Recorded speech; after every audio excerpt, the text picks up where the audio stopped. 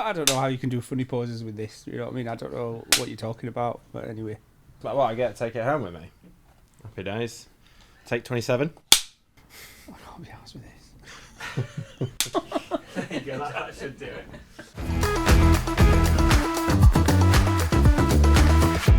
Welcome everybody to Sleep Talk. I'm here with Joe Feather, who's a professional golfer and a good friend, hopefully. Slowly. Also true, I think. Yeah, today we're here just to chat a little bit about what you do, and also going back to our normal conversations regarding sleep. Gives a little bit of a background of yourself. I'm a professional golfer. I started out my professional golf career as a player, sort of competing on tours internationally. As of 10 years ago, retired from playing and took up a coaching role at Leeds Golf Centre, where I work with players of all ages, abilities, creeds, the whole lot. So a big spectrum of people, young to old, beginners, all the way through to working with other professionals on their games as well. So that's kind of my day-to-day. Do you like it?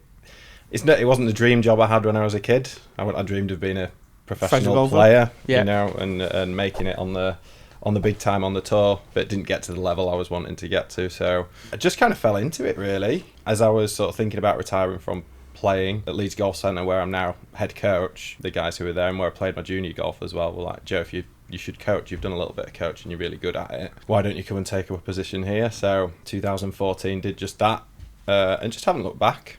I get an incredible sense of achievement from helping other people with their, be it a hobby, be it profession, be it something that just, they're trying to get a bit more active, anything like that. So I take a lot of pleasure out of helping people improve at something they care about. Like say for you, if I'm coaching you and you just, it's your hobby. Yeah.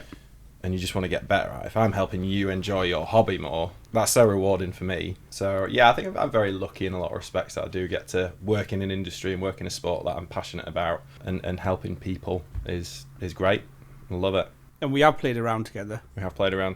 So, what are your thoughts on my golf game? Well, it was Jekyll and Hyde, wasn't it? When you play well, you play fantastically well. You had that front nine where you were a little nervous and a little tighter and you didn't play as well. And as soon as we freed up on the back nine and we were flowing, you played absolutely brilliant golf. It was really good to watch. That's not an exaggeration. It was very impressive. There was 4 of us playing and the other 2 blokes who were with us as well were like, Sid, that was, really, really good golf on that back nine. So just do that all the time. Yeah, we just have to hope that Nav doesn't watch this video because he'll knock my handicap down. Oh, it was all a lie.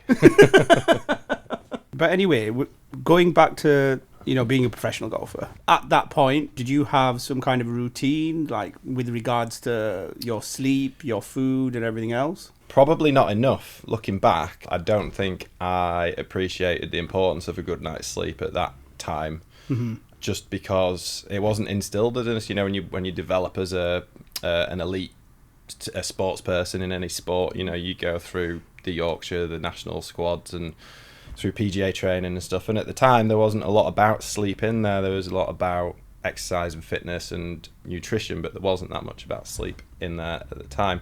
So looking back, I wish I had been more, because I know with the players that I work with these days, especially the guys who are at the higher end of the game, if ever they've got a dip in their performance, always one of the first questions I'm going to ask them is, how are you sleeping? You could do all the training you want, peak physical form, eating really well, but if you're getting 2 hours of decent sleep a night and broken sleep, you're not going to function. Not at the level you need to anyway. And I scrimped on hotels, I stayed in the travel lodge just to keep my costs down for a week at the tournaments and things like that. It's a tough crack, isn't it, when you're going around everywhere with, when you're playing professionally. Yeah, life on the road, you try to keep your costs low, because obviously that comes off what you're earning at the end of the week. So yeah, you'll skimp out on a couple of hotels. Stayed in a couple of places over the years that were just like, I've made a mistake here, and just got a shocking night's sleep. Lo and behold, I don't think any of those weeks that I've put in a decent performance. So. Give us an example then, right? Okay, so you went somewhere where you didn't sleep well. What happened that day then? How bad when you say bad? There was 3 of us we booked in to stay in the same place. It was down in Northampton, and it was branded as a guest house. I'm not sure that was its only function with regards to a nighttime establishment as a building. Anyway, so just a lot of noise going around. The mattresses were like springy and poking you in the back and creaky and horrible. We were playing at a place called Collingtree Park, which is down Northampton way. And I'm just stood on the first tee. I can't focus. I've eaten well. I'm hydrated. I've done everything that I should. Have warmed up. But I've got no energy. I can't focus. And lo and behold, I think I missed the cut by a couple of shots, but felt like I worked really hard to get even that score out of it. And you just look back at situations like that and you're like, a bit more investment in a better bed, and a bit more sleep routine and stuff like that would have gone well at the time. But so do you now instill that then in people that you're talking to now, the people that you're coaching and so on? Yeah, very much so. I mean, it is a budget thing, right? You can't afford to go and stay in the fancy hotel on site at every event or things like that. But things like if they're playing events in the UK is like stick a mattress topper in your car or something like that you take around with you, or something that just helps you feel familiar in familiar surroundings. And, it's not going to be perfect every time. Yeah, I find it very, very difficult, me sleeping in hotels and so on and everything. Well, sometimes it's like really firm and sometimes it's soft, and the pillows are like one's that thick, and it just doesn't feel like home, and it's not what you're used to falling asleep in. Mm-hmm. It's a strange thing. But I think with the sleep routines as well, like now, I mean, I listen to audiobooks to fall asleep to. And that helps. And I'm like that. I mean, my missus is always like, we'd listen to them together, but we get through a book about every 6 months, because I'll listen to it for 5 minutes and she'll just turn around and I've gone. And then you have to stop and then start we next put time. it on a timer, but then we're rewinding 20 minutes the next night so I can get off to sleep. If I'd have known that when I was sort of playing professionally and competing, it would have probably made a huge difference to me, because I'd just lie there just looking at the walls for a while. With your partner as well, are you both different type of sleepers and so on, or you knock out, does she stay awake for ages and so on? Yeah. Does it have an effect? Yeah, sometimes she wakes up in the night quite a bit. I won't do if I fall asleep.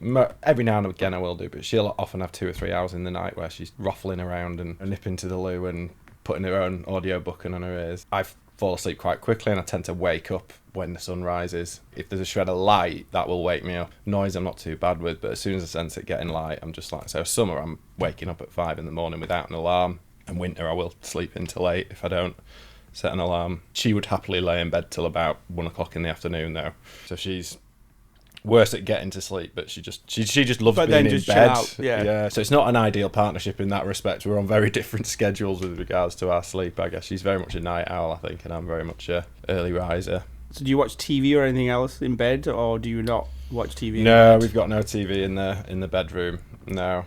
That's good. Yeah, I don't think we've ever liked the idea of it. I think it's quite stimulating in a lot of ways as a telly, and I guess audiobook is a similar thing, but like you kind of close your eyes and you can drift off and listen to it. Now, I've never had a TV I think I did when I was a kid sort of thing, play video games and stuff, but other than that, as a grown-up, I've never had a TV in the bedroom. So what about phones, Joe? Do you tend to use your phone when you go to bed, or do you have some kind of routine where you put it away, or how does it work? My phone charges at the other side of the room.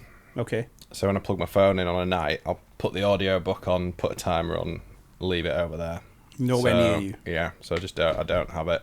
Occasionally I've got my work phone, so occasionally if I've got something hectic I need to do, I'll do that, but then I'll go and put it in the other room as soon as it's done. So just something springs up and I'm like, oh, no, I need to sort that actually now, I'll do it. But it's a weird thing to do that though, isn't it? Because no one's going to read their email at 10:30 in the evening, are they? But I don't know, maybe they are. But some people do, yeah. Yeah. And then they don't get good night's sleep because they start doing stuff then and start working on it and so on. And yeah. everything. So yeah, try and be as screen free. If I'm having a lie in, I'll get my phone and have a little scroll around and stuff, lying in bed on a Saturday sort of thing. So do you feel that the fact that you have this kind of routine helps you sleep better? Yeah, 100%. I'm away from my phone screen and I'm away from stimulating things. Quite carefully pick the audiobooks that I'll listen to. I'll always plump my pillows before I get into bed. I like knowing that it's going to feel how I want it to feel when I sort of put my head on the pillows. I'd say it's rare that I have a spell of bad sleeping, so a few nights you're going to have the odd night where you don't sleep well, but it's very rare. I've got a string of 2, 3, 4 nights in a row when I don't sleep that well. And does your partner have a similar routine? She has her phone on the bedside table, but she doesn't use it that much. I think it must be the same in all sort of marriages and stuff, but like she'll always go to bed and brush her teeth before I do, and then we've got like a little order that we do things in. But yeah, as soon as we put the audio book on, we're both kind of screens away and sort of doing that. So yeah, it kind of similar routine, I guess. And on top of that, then what do you wear in bed? comfortable that helps you sleep? I'll just wear my boxers usually. I do have some pajamas for when it's cold in winter, but usually as little as possible. And what's your preferred sleep position? On my back. Occasionally, if I do wake up, I'll go onto my side a little bit. And if I've had a couple of beers and I'm lying on my back, Mrs. will occasionally give me that one if I've got a little bit of phonics coming out of my nose. But yeah, on my back is where I feel most comfortable, and I often find I just wake up in exactly the position I've like fallen asleep in. So you don't move about that much then? Very little, I must imagine. I think it's quite a good skill, that. I don't know. Definitely, I don't think there's many people that can sleep like that. It's definitely got better. It's probably the last 5 years that we started that sort of routine, and it's got a lot better. But we also did get a much better, nicer bed. Nicer mattress. Nicer mattress, yeah. Better How long have you had base. your mattress for? I think about 5 years, I reckon. Since you got that, there has been a distinct improvement in your sleep because of that. It's definitely a huge part of my good sleep at the moment. As much as anything else, it's longer because I'm 6'5", so normal. I'm used to in hotels, like my feet will be dangling off the end of the bed. And apart from all of that, what about with your routine at work and so on and everything like that? How does that, exercise? Is it just golf, or do you do other exercise apart from that? I go to the gym, not much, just once or twice a week. A couple of weight sessions, a little bit of cardio, and I'll have a little swim. And I'll have a sauna and a steam room while I'm there. It's good because it keeps me in fairly decent shape, but also it's just a nice bit of me time. Is my little gym mornings. It's a nice routine, and I look forward to it. And I don't work on any programs with my fitness either. I've always found I do programs and then I skip a session and I start to feel guilty, and then I feel pressure and I get into a weird cycle with it. So I found a nice little state of mind to go to the gym with, just to be like, I'm going to move some weight around, I'm going to feel good about it, I'm going to have a little run, swim in a sauna, and I always leave feeling. And that all Pretty helps. good about it. That all helps with the well-being and sleep and everything as well. Do you think? Yeah, I think it helps that when I go to bed on a night as well, I'm always pretty tired because I do wake up quite early and I'm on my feet all day when I'm working, and I do a bit of gym stuff and other things. That What time do you normally go to bed? probably about 10 on a work night. And how many hours do you normally sleep? Yeah, I usually be up between 6 and 7, so I'm getting 9-10 hours at times, which is plenty, I think. By what my friends tell me they get, but bear in mind they've all got kids, so probably not much to go by. And then, do you feel when you're at work, then you're more alert and you're ready to go when you wake up in the morning? Yeah, my morning routine. I have a shower as soon as I wake up every morning, and then I wake up, have a shower, and I feel generally on a morning pretty good. I'm not that talkative until I've had a coffee. Mm-hmm. But I'm pretty alert and stuff. I think you've got a really good routine, it seems. I've just come in here and been really smug about my sleep. No, but it's refreshing to hear stuff like this, because then it kind of reiterates what we're talking about, how well-being, how good sleep, good routine, all of them things, good bed, all of them things go together, and then that improves your lifestyle in general. I think it's a lesson I had to learn, though, because I had a spell probably 6-7 years ago where I was struggling with anxiety. I had quite high anxiety levels. I wasn't sleeping well at the time, but I was like, I'm not sleeping well because I'm stressed and anxious, but that's going to be cyclical, right? There's going to be definitely some sort of spiraling with that. And, there was other things in my life. I wasn't exercising as much. I wasn't eating that well. I was probably drinking a little bit too much alcohol. So just a few things were adding up. I wasn't sleeping well, and I had a really high anxiety level. It was really unpleasant, and it took having a couple of conversations with my wife. It was like, I'm really not feeling very good, and so we just sort of sat down and all these things, and sleep wasn't the goal for me, but obviously it was a big part of what's going to make me feel better, bring my anxiety down, bring my stress down. So it was the sleep thing and the bed and all that sort of thing. It all came probably out of a bit of necessity. It's a big part of looking after yourself is sleeping well, isn't it? But I think a lot of things that keep you awake at night, the things you're worrying about and stressing about, you kind of got to do something about those as well. Yeah. Sort out any issues, talk about them, deal with them, and then that makes it easier to go to sleep. Yeah. So you can close the book when you go to bed. Yeah. It's not possible to do all the time, is it?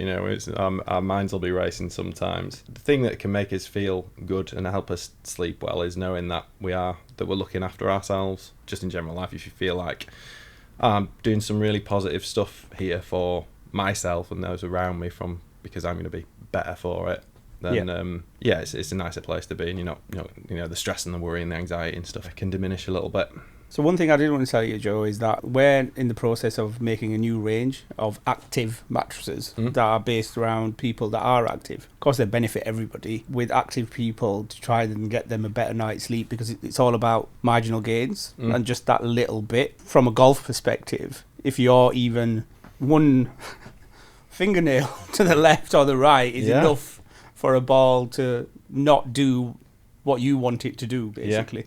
And you can have a bad round because of that. So attention spans and all of that, and how you go to sleep. So we've developed something that hopefully we'll show you very soon, which is all geared towards giving you that extra night's sleep. I won't say too much yet until it comes out. Yeah. But do you think that there is, room, or there's a market for something like that is geared towards people that are in the sports industry? Yeah, 100%. You think about the Olympics that's just been and stuff like that, they'll have sleep therapists working with the teams. It'll all be geared to them sort of specifically, what they've got at home, and trying to keep it the same. They'll be trying to do some stuff to keep it really consistent. But, you think about mattress marketing and adverts that you've seen over the years. Yeah. It's very floaty. Yes. Soft, dreamy kind of language and things they use about it. But actually, if I had a aspiring elite golfer or an elite golfer that were just looking at things like the sleep routine, I'm like, wow, there's actually this mattress that is going to be beneficial to your sleeping position and those sorts of things, and you're going to wake up with less tightness and imbalances and those sorts of things, and we can not guarantee but make sure we're going to wake up feeling as we should more often. As an athlete, it's your job is that your body is primed and ready to do what you want it to do. Anything you can do to encourage that happening as an athlete, or a sports person, or as a coach for your players, you're gonna take very serious consideration over putting something like that into the regime. Watch this space, everybody. So we're nearly there, and then hopefully we're going to start trialing it from next week, and then that's soon.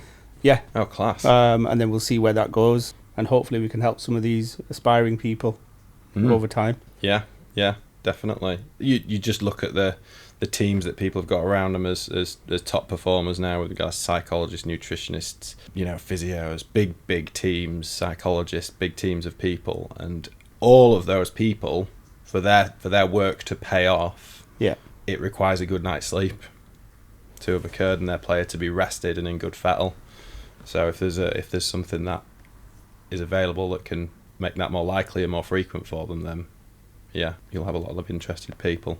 So thanks for today, Joe. It's been brilliant. Really enjoyed chatting to you. Thanks for having me, Sid. Good to come in and have a chat. And hopefully, we'll see more of each other on the golf course. 100%, mate. Yeah. Thank you. Cheers, Sid.